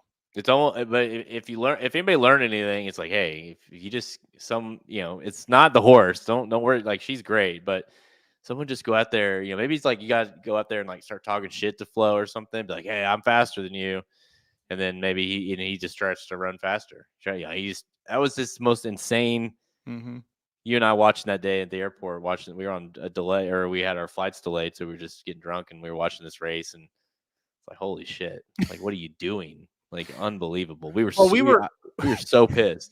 We were watching and we're going, she starts to put away randomize. And it's like, okay, but we've been in a game long enough now. We'll know. You immediately start scanning back. It's like, well, if anybody's moving, she can't do it. And we picked up Raging Sea when she was about 12 lengths behind, and we looked at each other and said, she'll never hold her off. Because you just know, you've seen that before. 2 of them go head to head. One of them says, fuck this, I'm not running. And then the other one will keep trying, but they'll always get caught if anybody's moving in behind. And like I said, Raging Sea's not a great horse, but when you get that kind of pace set up, Raging Sea can go get you. kind of like Andy can go get you. So, well, Idiomatic is our pick here, and obviously we'll head into the distaff to try to fend off Torpedo. So that'll be a fun one. If nothing else, if you don't like Idiomatic or if you think of Torpedo's better or whatever, like I just think it will be a fun setup that day when you have Idiomatic kind of out there doing her thing. And then here comes the filly, the 3-year-old filly, Torpedo, trying to come run her down. So we'll see what happens there. But for this race, we're on number 1, Idiomatic, to win the Juddmonte. Juddmonte, Spinster, I should say. Yeah. Okay. Yeah, that's you know what? I don't know. There's always those horses, right? That we follow. That's just as good as they are. And Idiomatic is very good. She's won $3.5 million in 16 starts. She's been an excellent horse. She's won the Breeders' Cup Distaff. She's still like one of those that you're like, I don't fully trust her to win. It's just I don't know what it is about her. Maybe it's the jock riding her. I don't know. Yep. But you just never have that like belief, like confidence, I guess, that she's gonna get it done. Yep. Full confidence, I should say. Yep. She's a good horse. She runs a race every time pretty much, but she's overachieved. I mean, she's been fantastic, but you're right. It's just like you always worry just a bit. Yep. Well, we had this whole conversation back when she was transferred from, running on the synthetic at Turfway to Belmont and all, the main circuits and stuff. We had this same conversation last year where it's like, well, she can't be that good, right? Because why would he be running her all these places there, and like you said, she's definitely overachieved. Yep. Because he does not debut his horses at Turfway Park if he thinks they're, the bee's knees. He's also made mistakes a lot. That's weird. He really has. Yeah. But every year, like Encino this year, it's like, that was a damn good horse. Why is he hanging around there? I don't know. So, yeah, that's another very good example. Very similar paths. All right, guys. Still time we have. Check us out at racingdudes.com for our free picks and our premium selections on our products page. Click the Get Racing Dudes premium button at the menu at racingdudes.com to learn more. Go grab the Coolmore Turf Mile betting Bible. It's available right now at racingdudes.com. It covers last week we gave it away for free, just one race. This is the whole thing. It's for purchase. You can go get it right now. We've redone it. Make sure you go look at the article at racingdudes.com. We've redone the whole thing. I mean, I feel like it's at its best version it's ever been. Wouldn't you say? I love it. You love it. We haven't talked about it yet because we've been super busy trying to do other stuff, but it's pretty much done. Once your part's done, it's done. You got to handicap it. But anyway, it's awesome. I absolutely love it. It's my favorite thing we've ever done. I was working on it all night last night, and I just kept thinking, this is really what I had in mind when we started to revamp it. So I'm super pumped about it. Yeah, and if you've been following along, we've obviously had a few different revamps over the last, 6 months or so where we've kind of messed around with it and said, no, we need to add this, or we need to take away that, or we need to whatever. It's like, it feels like it's at the best of both worlds. It's got, if you haven't seen it, just again, here, I can pull it up on the page here real quick. But while you pull it up, my goal for this was to make it, sure, there's picks in it and plays in it, and that's great. I also wanted to make it where it is useful as a handicapping tool as well. And we never really accomplished that until this one, in my opinion. Are you bringing it up or you want me to?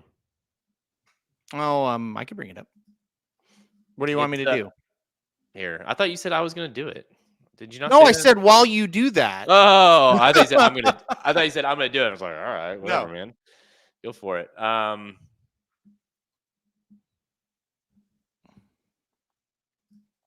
There we go. So here's a look at the art, like kind of what it's going to look like, or what it does look like. This is just kind of snippets, so it's bigger than this. But we've added more pace analysis than ever before. We've got a little summary of everything. the workout analysis is new. So we go through, and horses that we feel like are, you can look and or we've heard are working well, we'll make notes of that. Not working well, we make notes of that as well. So it kind of gives people another thing to look at. We brought back, we do have, you can't see it on the screen here, but we do have the actual, what you've been used to, the exactas, the trifectas, the best, our win bet, the long shot we like, all that's still on there. Our top fours are all on there, but we've also brought back, here's the bet, right? Obviously, I did super well last week with Muth. Halterman damn near got that one with National Treasure, but we kind of tell you, this is the exact bet we're going to bet here. This is the bet. Here's how much bankroll we're going to use here. Here's the analysis, by the way, as well, of why we're going to pick this horse or why we're going to bet this race. And so that all has been added as well. Profit and loss, that's for your records. We've had a lot of people that like to obviously keep track of all that stuff, and so it's just a spot for you to do that. And then two new things that are really cool here on the top four. We have added AI, so that's a cool thing. We've built a kind of an algorithm type thing that's going to run through all the races, and it gives everyone, just like, we definitely have no computer picks on our site, but this is like kind of the overall the simulations and this and blah, blah, blah, all the factors that we don't, everything you want to look at. It runs it 10,000 plus times, and then here's the top four. So that's going to be added to the top four AI. So we'll see how we fare against the computer, fare against the machine.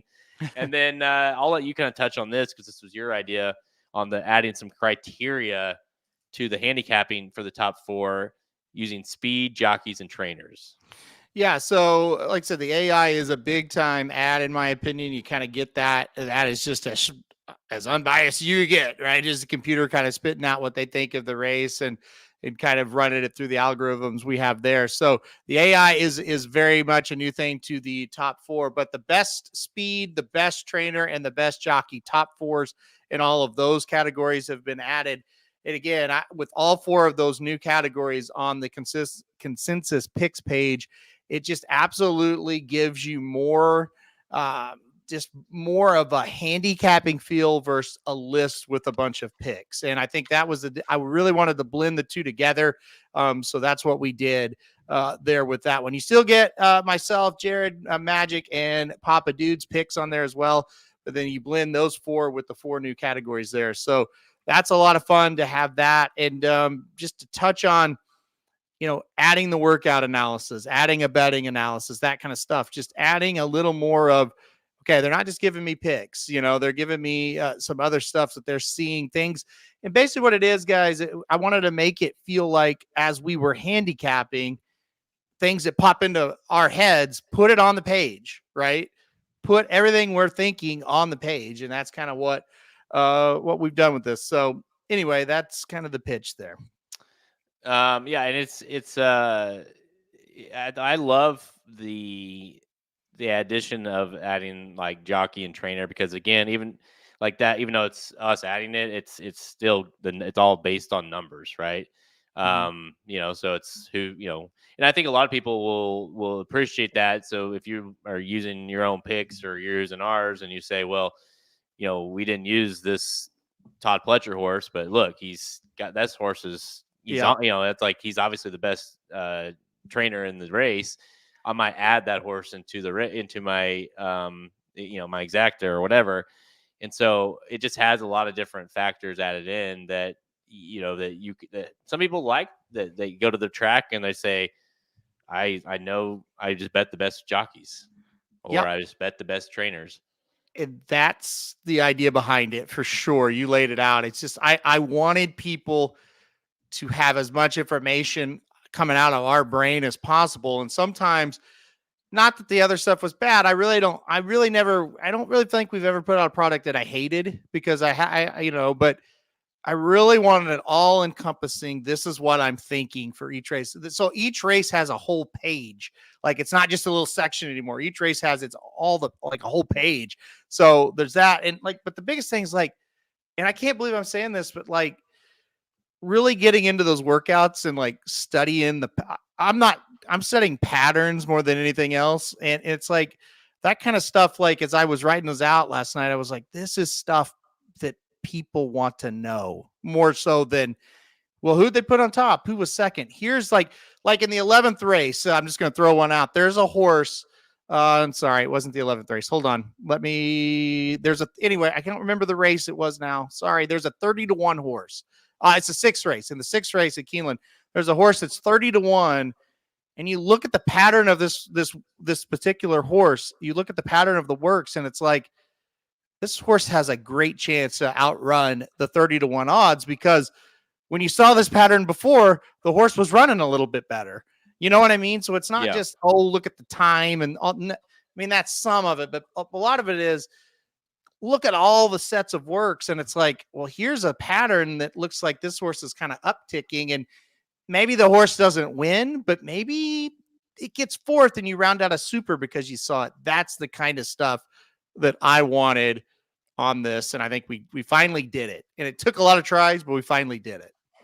It's just, again, at minimum, like Ron says, it's just how different ways how to think about handicapping a race, and it's just going to add a whole other layer to it. The AI, that's just been something we've been working on and on the back end and with our, just developed on our own. It basically just takes a lot of raw data. It's very detailed, but like takes a bunch of raw data and from the race and each particular race, and everything is compiled in there, right? With horses, how they finish and their speed numbers, jockey, trainer, all that stuff is kind of factored in. It's all like a scale, and then it's past that you'd have to ask the developers on that, but it runs through them and goes over and over and over, and then spits out a top 4, and so that's what we're including there as well. I feel like we could charge money just for an AI picks, because as much effort has been put into that, so that's going to be fun. I'm more than anything, I'm interested just to track how they do, right? Yeah. And see how much better they do than I do. You took it right out of my mouth, because we are big on hand handicapping, that we want everything to be hand handicapped on the site.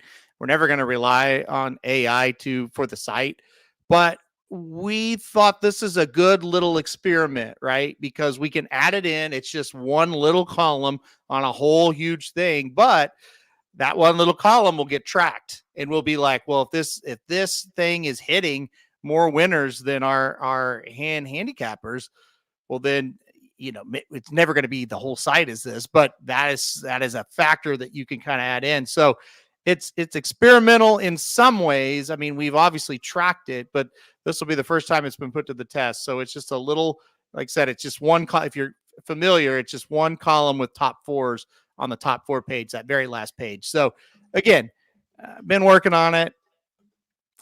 I think it's going to be good, but you never know until you put it out there in real life. And that'll be the first little test. But again, it's another tool. We talk about this, Jared, all the time. There's so many tools and so many things you got to kind of think about. Let's put them all on one product, right? And that's what we did.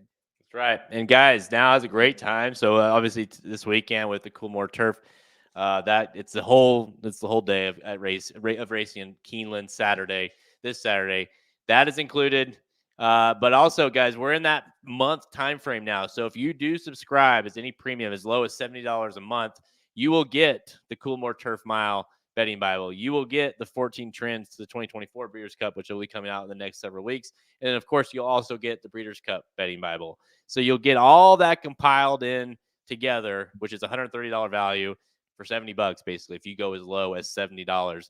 So all that will be included. So, I mean, listen, it's you're getting it for like half price, basically, if you want to do that now. So now's a great time between now and obviously this weekend. Great time to be a subscriber at Racing Dudes. I want to say Ron's made a lot of good points on the show today, but this is a really good one. You talk about the AI, maybe a race you don't have an opinion on. That's where you lean on it a little heavier.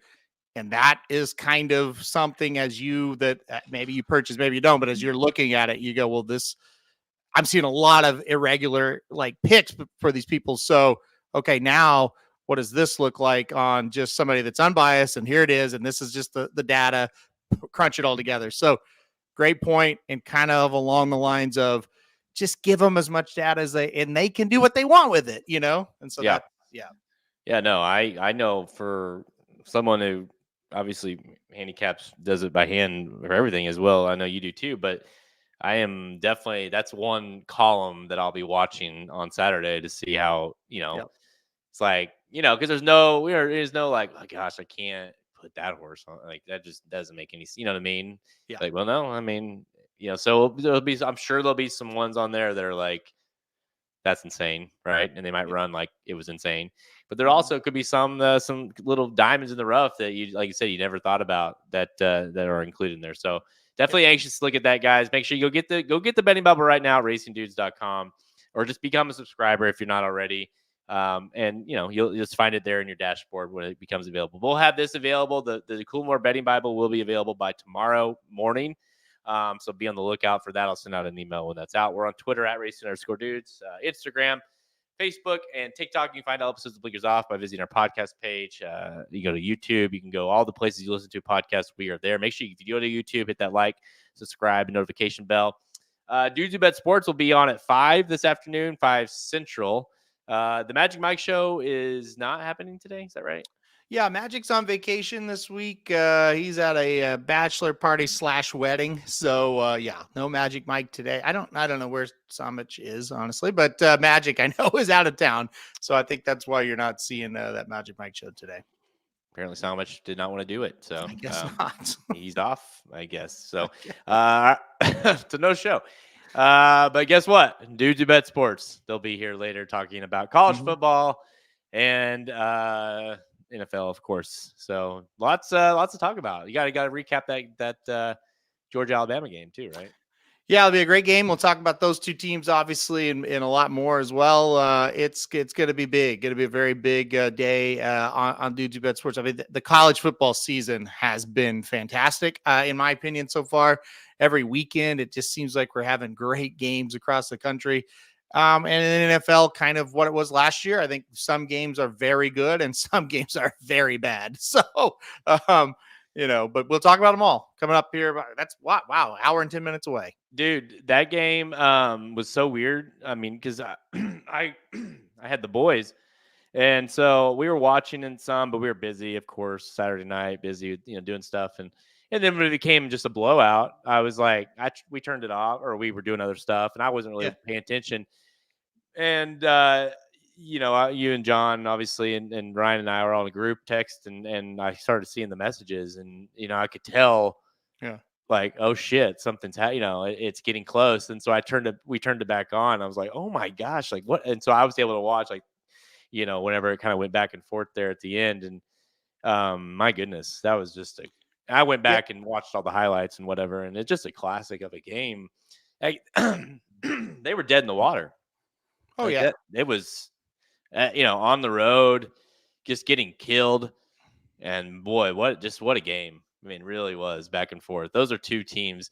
Dude, I guess is he 17, 18 years Mhm. old, however he is. Like that guy is that wide receiver for Alabama. What's his last name?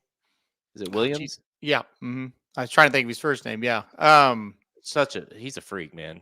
Those are the two best teams in the country, in my opinion. Yeah. Yeah. And I think Georgia just got ambushed early in the game and they just couldn't recover quick enough. Because as that game went on, you're like, oh, okay, yeah, Georgia's pretty damn good. This isn't just beating up on a Georgia team that might be overrated. Like they're good, and yeah, it's a great game. And yeah, it's those two teams super they're just super really high level play. You could just oh watch that and you're just like, yeah, this is high level college football for sure. absolutely. Yeah. So and then what's so great about the playoff system now is, not to say like you could definitely make a case that those two would be top 4 anyways at the end of the year, but it puts a lot less pressure on, well, they lost, now what kind of thing. Now it's like, no, we'll probably see him again. Well, not see him down the road, but Yeah. it just, and that's an example. But I like the fact that it's one of my pet peeves with college football for so many years, is it just feels like you play 8 games or whatever, and you win all of them by double digits. You finally play a good team, you lose, and you're out of the playoffs. You're not even, Yeah. So now we're gonna see these, like, these best teams play each other in the playoffs. So it adds a lot of more. It definitely adds importance to the regular season still, but it obviously makes that postseason, like, I feel like, become all that more legit. So, Well, at the end of the day, every sporting organization and any age group ever in the history of any sport has a playoff. So, I mean, they just finally did it, and they needed to do it. And here's the deal: people that were against the playoff, their big thing was, well, now Georgia, Alabama, when they play each other, it doesn't matter as much. Were you not entertained? Was that not fun? And here's what people don't understand. yeah. Those two schools hate each other. They don't need a playoff or a championship to be on the balance or on the line for them to be motivated. They hate each other. They want to go kick each other's ass, and that's not going to change because there's a playoff now. So, Right. and also it's going to make November that much better because you get to November, a lot of teams are out, like you said. Well, now they're fighting for a spot, fighting for that chance. So, Yeah. yeah. And Ron says he's a Buckeyes fan. We just don't know anything about the Buckeyes. They just haven't played anybody yet, but that's coming. And we'll find out about them. I guess there's a lot of Tigers. Maybe it's Missouri or LSU you're talking there, but Missouri looks good.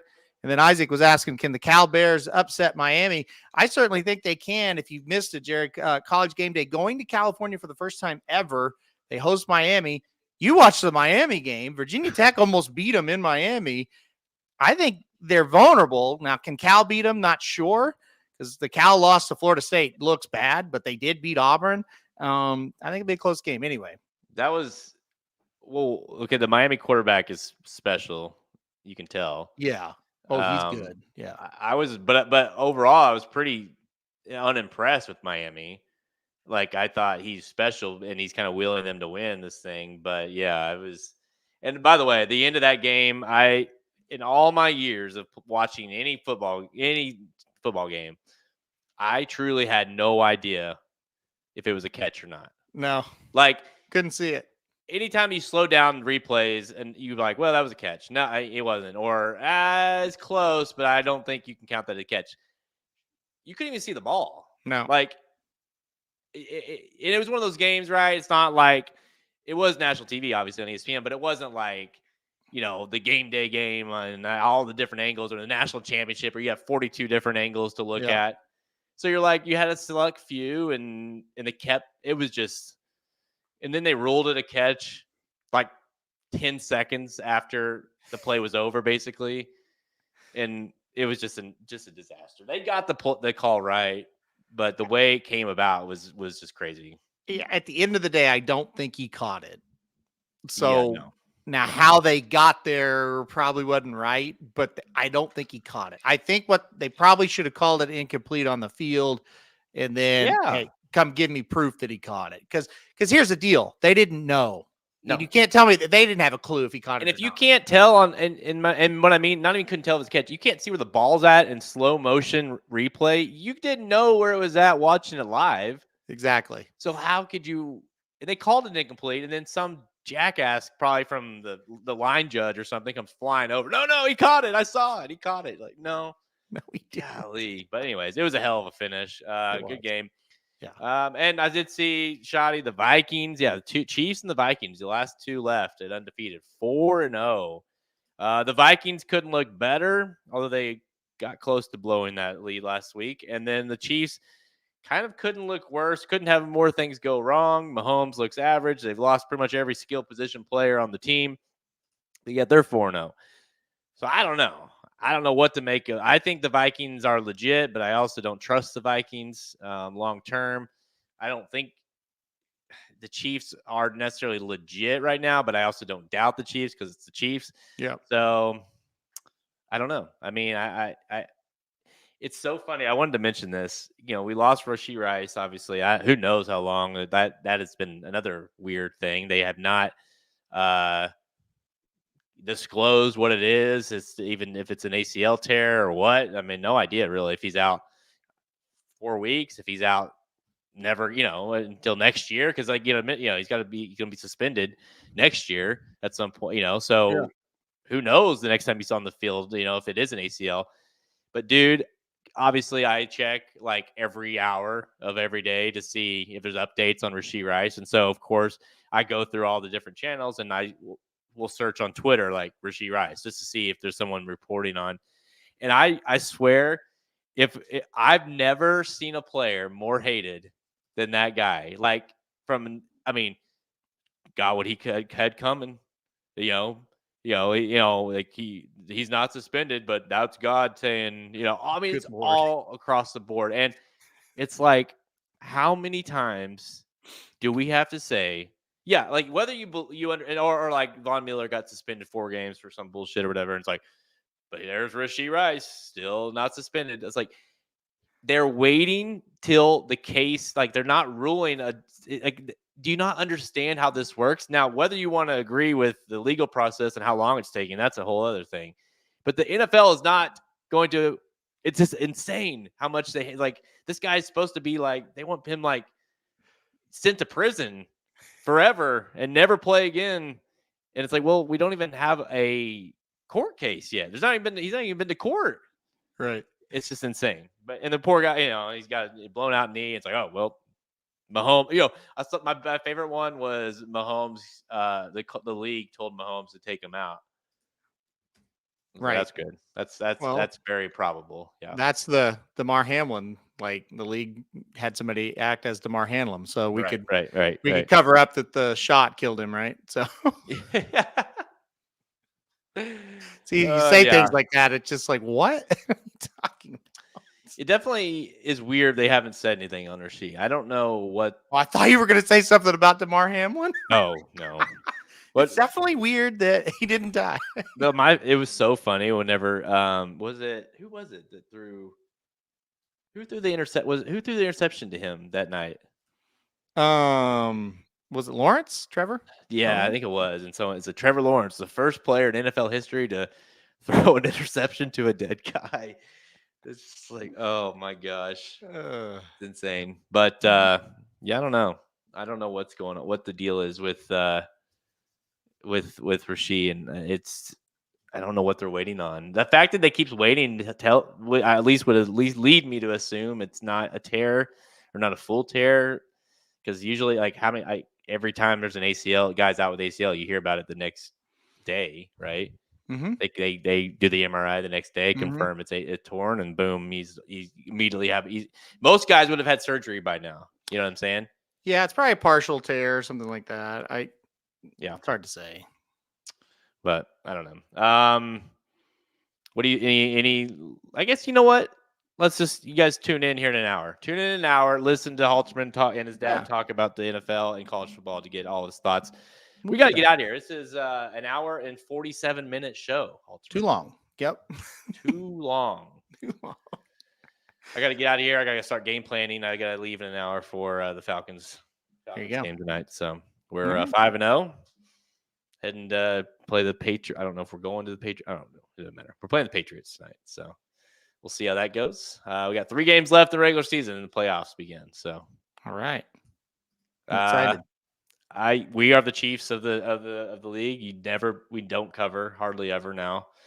We're winning games, but I have yet to not impressed with the team yet. So hopefully we'll figure it out. The coach and I about got in a fight though last week. So that your coach or a different coach? Me and the coach of the Dolphins. It's good. Okay. Yeah.